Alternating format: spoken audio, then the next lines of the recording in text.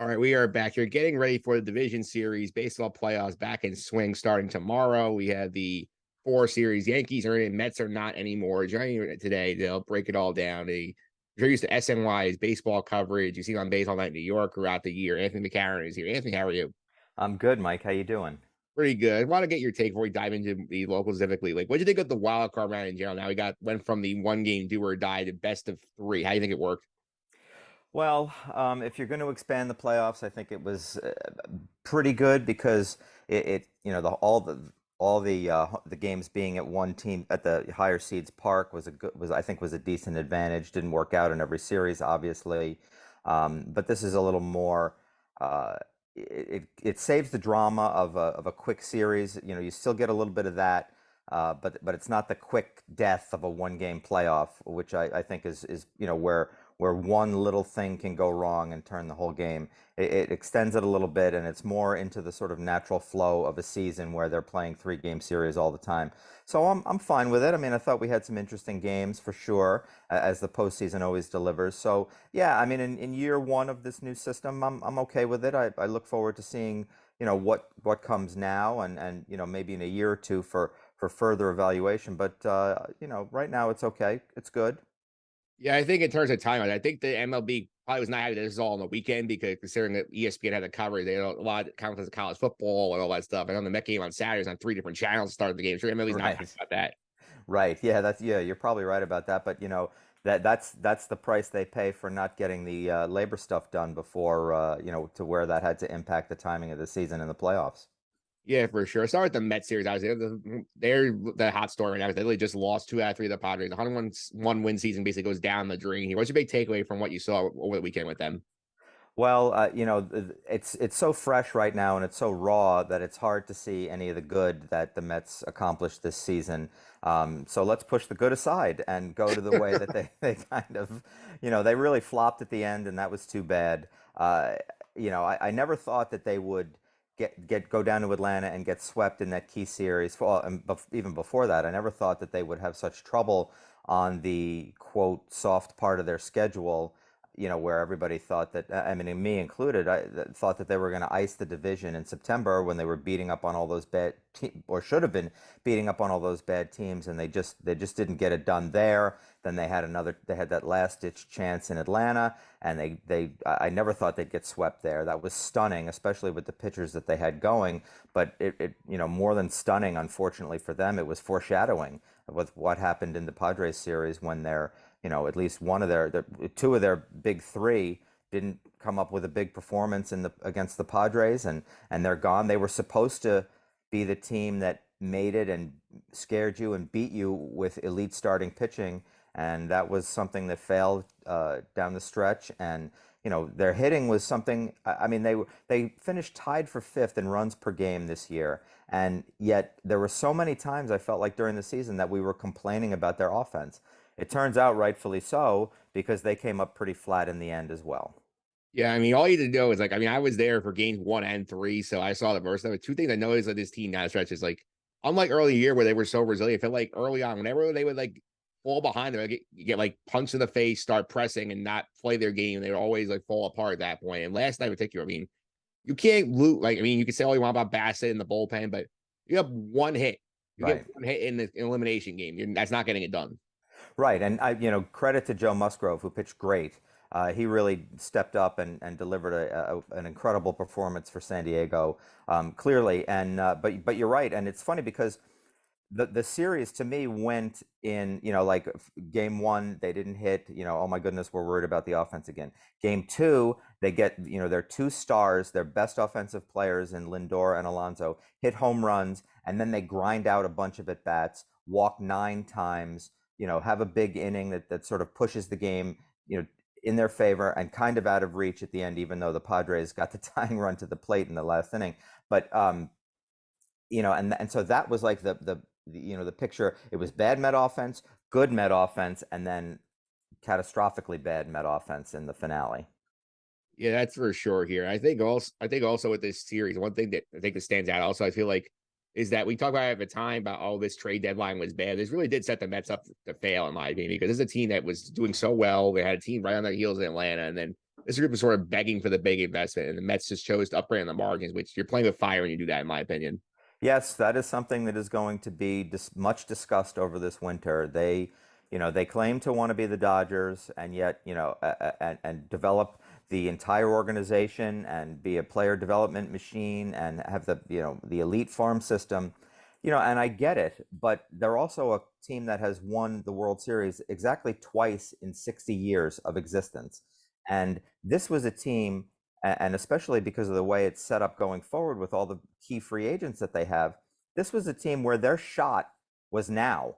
They were a win now team, and you could argue that they needed to do much more. Bullpen, clearly a bat of some consequence, a big time bat, and they did not take a swing in that regard. Now, look, if the prospects, if the Mark Vientoses of the world, Brett Beatty, if those guys now turn into stars, then the Mets can at least sort of, I don't know, console themselves with that. But they better be good players because the Mets held on to them. They didn't want to pay big for a rental when a rental was something that they probably really could have used in terms of at least a bat. And they didn't do enough, and that's going to be on Billy Epler, and that's something he's going to have to answer for all offseason as they really remake this team. Yeah, I also want to ask you real quick. I know you've been around baseball a long time, and the image that's going to stick out of this series is the sixth inning last night when Buck Showalter had them check Joe Musgrove's ears, see if he's cheating. And I saw Gary Cohen after the game as I was saying that was embarrassing to the franchise. You have to be right when you do that. So, what do you about that? How all that unfolded? Well, it was a great, fascinating, and very strong take by Gary. I thought it was pretty on the money too. To be honest with you, I think, look, that you look at the way Musgrove was dominating the Mets, and I know the spin rates were up, and he's throwing a little harder. Of course, that's connected to playoff adrenaline too, in some ways. So look, they had some evidence, and they felt like, and I'm sure that they had Mets minions were looking on social media and saw all the screenshots of his shiny ears. I get it.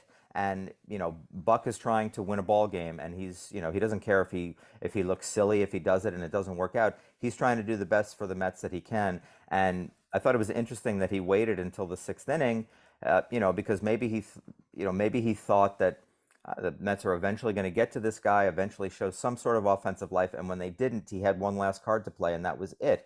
Did it smack of desperation? Yes, absolutely. There's no question that that's an element of it. But Buck has every right to do it. Does it look great now? No, it doesn't look great. And Joe Musgrove certainly slammed the door on them afterward too, and he gets to squawk all he wants, and so do the Padres afterward. Is this going to spoil Buck's legacy? No, Buck. They've got the right guy in the job now. It's a talking point for sure. It didn't look great at the time. Now the Mets have bigger fish to fry than Joe Musgrove's ears, though. But I thought it was a weird look from Major League Baseball. Showcase game on a showcase night. It was the only baseball game yesterday. And, the umpires are reaching up and touching the guy's ears. So, there's a lot going on there. Yeah, there absolutely is here. And right now they're in a very critical offseason because they have so many free agents, whether it's Edwin Diaz, whether it's half the rotation, Jacob DeGrom opting out, Brandon Nimo, like pretty the entire bullpen here. Like what do you think the plan of attack is here for the Mets? Because I feel like there's areas they can do. They could try and move some money around and try and do things here. I don't think Steve Cohen's going to take this loss for sitting very well. No, and there's all kinds of things that are fascinating coming on the free agent market, including the new American League record holder in home runs from the Yankees, who's going to be on the market after the season too. That would be something fun if the Mets got involved in that. I have no idea whether they will. It's too early to get into that or to consider that right now, but I'm sure they'll do their due diligence and check out the idea of Aaron Judge moving across town. But they have so many holes. You're right. There's a lot. The rotation's going to be very different next year, I have a feeling. Jacob DeGrom has said all along he's going to opt out. Is he going to be back? I don't know. Does anybody know? Does Steve Cohen offer him so much money that he can't say no to returning? Or, there's all kinds of speculation that he would prefer to be in a different place because he's a different sort of guy.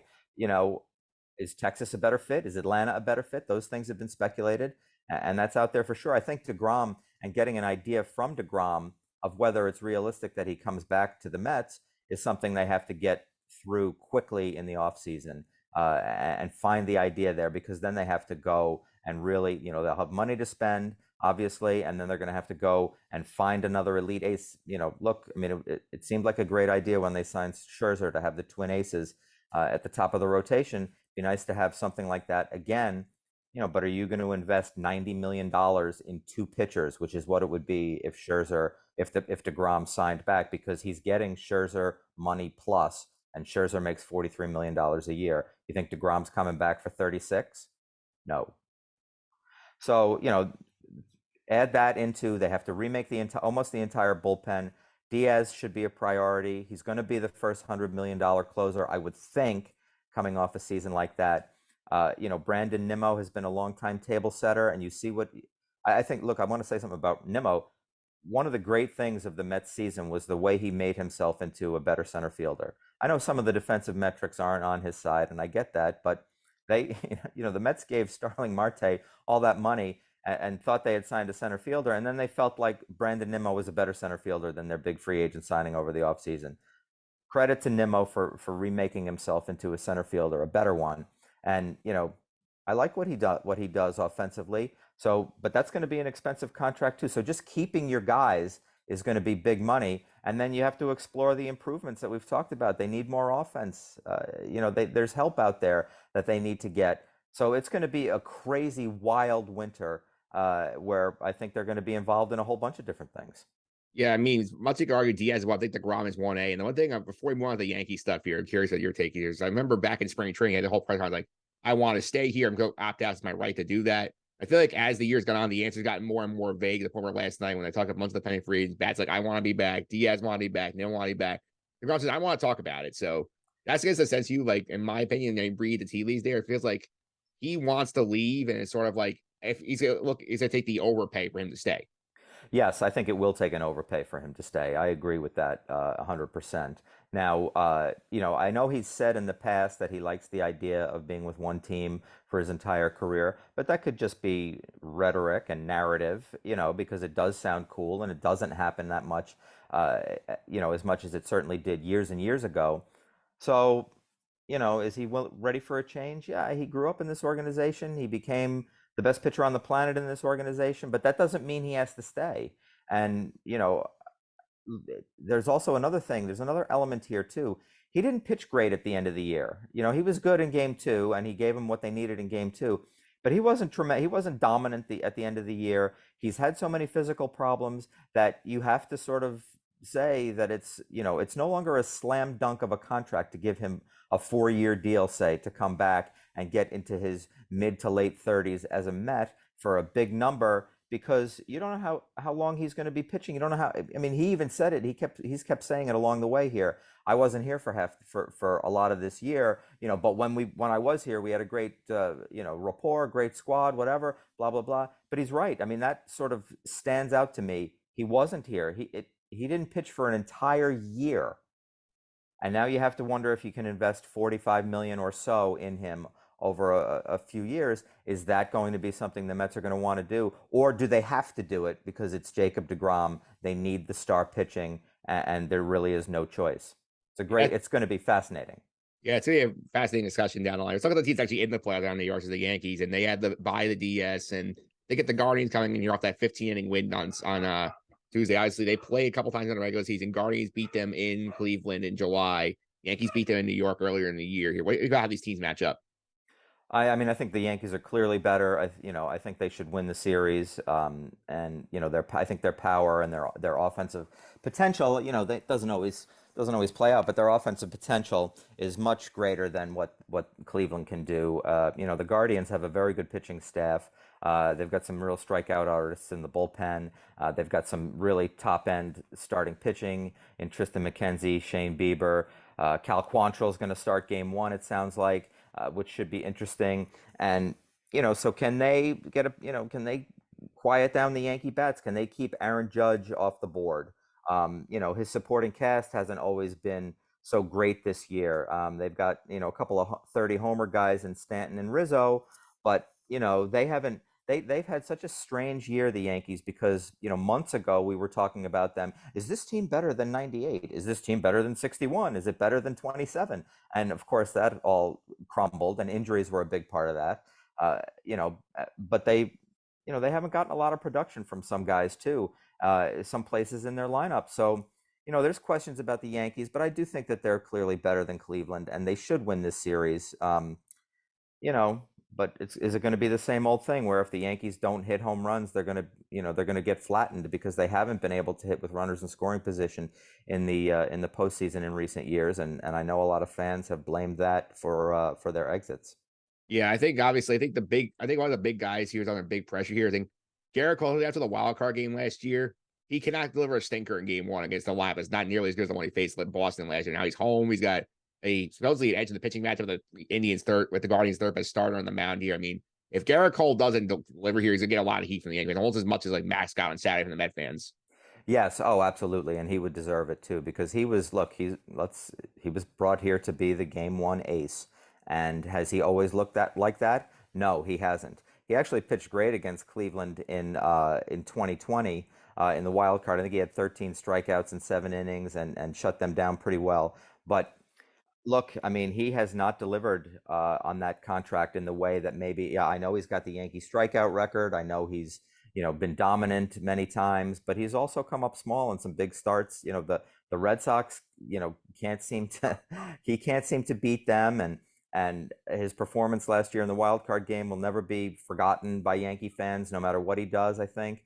And this is a big start for him coming up in game one, and he really has to deliver. And I wonder about the psychic punch that would deliver the Yankees if it's 4-0 in the second inning and they're down and Garrett Cole is being booed off the mound. I wonder what sort of lingering effect that might have. I think the big question with the Yankees this series, obviously, their bullpen is a mess because all the injuries they've had, the whole bizarre Roldis Chapman thing where he was basically skipped the bullpen, that's just told to stay away. He's never going to pitch them again. It looks like here, like who is the getting outs in that bullpen? In your opinion, the big outs. Well, it's a great question, and I'm sure that Aaron Boone is somewhere right now with his lieutenants struggling over that that very idea as well. I love Jonathan Loaisiga's stuff. I know he didn't really have a great year for them. He's had some moments, but he's really pretty nasty. I wonder if he can rise to the occasion here. The Yankees have also, and credit to them, they've done a good job of finding other guys too, as all these injuries mounted. Michael King was tremendous for them, and he's hurt. Chad Green is out. They were hoping to get Zach Britton back, and he was back for like a moment, and then injuries struck again. But they have filled in and had a really good bullpen for most of the year. I know there were some struggles. Clay Holmes is back now. Is he going to be Clay Holmes, who was the All-Star, or is he going to be Clay Holmes, who was the guy who you couldn't fathom that he couldn't get outs and couldn't throw strikes the way he had? So there are questions swirling. To me, Loisiga is a big guy. Lou Trevino's gotten some outs. Efros has been pretty good for them too. They do have some choices there. It's going to play out big in the postseason too, because they've loved to move their bullpen pieces around and use and rely on them. So we'll see how that develops. Yeah, absolutely. Here, you mentioned the lineup here. I mean, obviously, they have a lot of ways of stats. Now that McCarron supposedly be back for this series, he's going to be and he was a big part of their offense. They really struggled when he went down. So, like, who do you think is going to be the guys who get the short end of the stick? Who do you think it's going to be the guys mostly coming off the bench in this series for them? Who's going to say it again? I'm sorry. Who's he coming off the bench if you're assuming Carter goes right back in the lineup? Oh wow, coming off the bench. I don't know. That's a good question. I don't even. I'm trying to think of who it would even be or what they would use the bench for. Other than to pinch hit, I guess, for the catcher and move it around. I mean, look, they have a pretty set lineup in terms of they're going to rely on the LeMahieu's of the world and Gleyber Torres, who's had a bit of a renaissance toward the end of the season after I thought his Yankee career was headed toward an end. This offseason, he's been playing better. Look, they've got a lot. They've got a lot of potential offensively, but they just have to get it done. I mean, Josh Donaldson hasn't given them much on offense. He's had some big hits, yes, but he's not the player that he used to be. LeMahieu's toe is an issue, and we'll see what he'll be able to deliver for them. I mean, look, Giancarlo Stanton can wreck a playoff series. by himself. We've seen him have an enormous, as much as Yankee fans have sort of been hard on him, for some of his strikeouts in the postseason early in his Yankee career. He's also had some incredibly big hits for them in October. I wonder if he can repeat that. Aaron Judge is in a zone, is in a year-long zone, except maybe when he was trying to get 62. So he's obviously an enormous weapon for them. Anthony Rizzo, the power is there, and the swing is nice for the short porch and all that sort of stuff. I think they're going to score runs, but I mean the Guardians have a really good pitching staff too. Yeah, it's fascinating to see these series. Real quick on the other two series here. The other AL series is the Yankees again if they win here. Houston, Seattle. What do you think about that matchup? Well, Seattle's a great story. I wonder if they got their, if they had their moment by wrecking the Blue Jays. And now they get home playoff games against Houston, and it's everybody can be happy that the longest drought in Major League Baseball, 21 years, is over, playoff drought. But they're just going to be cannon fodder for the Astros, probably. Houston is wildly talented, as we all know. They've lost guys, and they've still been able to have really great teams going forward after losing incredible talent, like Garrett Cole. I really think Houston is going to win that. Look, I'm hoping that we're going to get the Yankees Astros ALCS that we all want and deserve, to be quite honest, because that's great theater for so many different reasons. So I think the Astros will take care of Seattle. Seattle's day may be coming, a season or two from now. I don't know if it's right now, even though everybody there is very happy and they've got some really good young players. Yeah, let's get to the other series. The one the Met fans probably hate watching is the Braves Phillies series here. And I know the Braves, I think the win totals, all these teams are out here, but you watch them play throughout the year. The Phillies gave the Braves problems here. How do you think this series goes? It's a great question. The Phillies, the Phillies are sort of, now that they've arrived and they've done some damage in the playoffs, I think you have to reassess them and think that there's some potential here. They've got a lot of power. Power plays in the playoffs. If you out-homer your opponents in the playoffs, you basically win. I think the stat is last year in games that teams out-homered their opponents, they were 25-2. That's a pretty good record. The Phillies can hit the ball out of the ballpark. They also have two ace light level pitchers in Nola and Wheeler. So they may be a little more formidable than we thought when they were getting their act together during the season, firing Joe Girardi as manager. Rob Thompson takes over, does a great job. And a matchup against the Braves may not be the worst thing for them. The Braves are just so good, and they've played so well for so long. And Ronald Acuna is not really playing, like, he's not really putting up great numbers or anything. And they're still so good. I think the Braves have a lot left in the tank. I think they're going to advance to play the Dodgers in the NLCS. I know that's chalk, chalk, chalk, but it's those are two really, really good teams. The Phillies might give them a tussle, though. I wouldn't be surprised if all of a sudden, we're looking at a game where they win 10-2, and everybody is like, "Whoa, Philadelphia." Yeah, absolutely here. And you mentioned the Dodgers getting through here, but who is your World Series pick as of right now? Well, I've been hard on the Dodgers the entire year that they're going to win. They have so many ways to beat you. They're so talented. It doesn't always work out that way. Obviously, that the best team wins the World Series. And look, I know they won 111 games during the season, and we've seen teams that have won that many or more lose in the postseason. It's almost unfathomable to me that the Dodgers don't win the World Series, though. They've got it all. They're incredibly deep, and they just are relentless, pitching wise and hitting. They're my pick right now. All right. So Anthony picked the Dodgers to win. Anthony, thanks all the time. Really appreciate it. Before I let you go, people follow social media, keep up with your coverage for SNY. You can follow me on Twitter at Anthony McCarron, or I'm on the SNY website as well. I'll be writing about the Yankees during the postseason, and you can also check me out on SNY. I'll be going on some of the shows as well. Absolutely. I'll be definitely watching B at NY. Even though my Mets are out, I'll be keeping on the rest of the postseason game. Thanks all the time. I really appreciate it. You bet, Mike. Thanks for having me.